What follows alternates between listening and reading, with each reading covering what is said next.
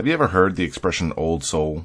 You know, that one friend who, instead of going to a rager of a party, they'd rather have a couple of drinks with a few good friends. Sometimes not even drinks, but just coffee. And sometimes not even coffee, but tea. You know, grandmas in disguise. The old souls. The term actually has no base in psychology, and the interpretation of it changes from person to person. For some people, it means somebody mature beyond their age. For others, it's someone who's gone through many different reincarnations of life. A person who draws from their years of past life wisdom. To be clear, the idea of old souls has been debunked by science. However, some of the biggest believers of old souls are nurses who've delivered babies who don't cry at all, like the whole being born thing ain't nothing. Being an old soul has its advantages, but one disadvantage is trouble in relationships. First, old souls usually come from single-parent households. The thing about coming from a single-parent household is that kids may be forced to mature faster than others. Having to deal with divorce is a very sobering experience that can make kids mature quickly. However, growing up in a single-parent household, they don't really grow up with a stable relationship present in their lives. This means they can have trouble with their own stable relationships as they get older.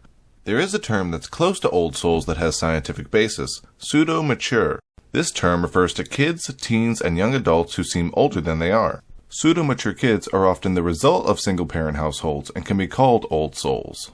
Secondly, old souls prefer the company of older people. Because old souls feel older, they feel a disconnect with people their age. Usually, for the first couple of decades of your life, you're surrounded by a majority of people your age. Old souls usually end up hanging out with older people, so when they get into a relationship with someone their age, it's hard. That old soul probably won't fit in with their partner's friends. The other side of the coin is that they date someone older than them, which brings its own problems of pushing social norms. Like, what if someone dies well before the other? Age difference also may cause problems when a couple tries to have kids. All this and more can bring a lot of stress to a relationship. The third thing with old souls is that they've got very high standards. Assuming they've lived many lives and been in many relationships, they're subconsciously comparing their current relationship to their best past ones.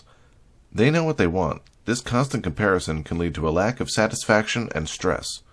Imagine remembering all the great loves of your life, trying to get over those, and simultaneously falling in love with someone else. It's hard, and their partners end up feeling judged and evaluated. This can lead to frustration for both parties. Sometimes they seem distant because they don't want to be hurt again. As well, they have a strong sense of identity. They're stubborn in their ways, and they don't try new things. Since they've lived so many lives, they've tried everything. They end up having a very well-established personality as well. This can make dating hard when you keep trying to spice things up with new adventures but your partner seems uninterested. It becomes very frustrating and difficult to deal with. Fifth and finally, old souls have a very strong sense of purpose. After years and years and different lives spent doing the basics like getting a job, getting married, having kids, etc., old souls start to want more from life, to have one of their lives have an actual impact, to mean something, like a legacy. What this means is that they are very driven people. They have goals and want to do things that matter. Sometimes that means their relationships take a back seat. Or sometimes you can feel like you're just some tool to their success. On the other hand, it can be very inspiring to be in love with someone with goals.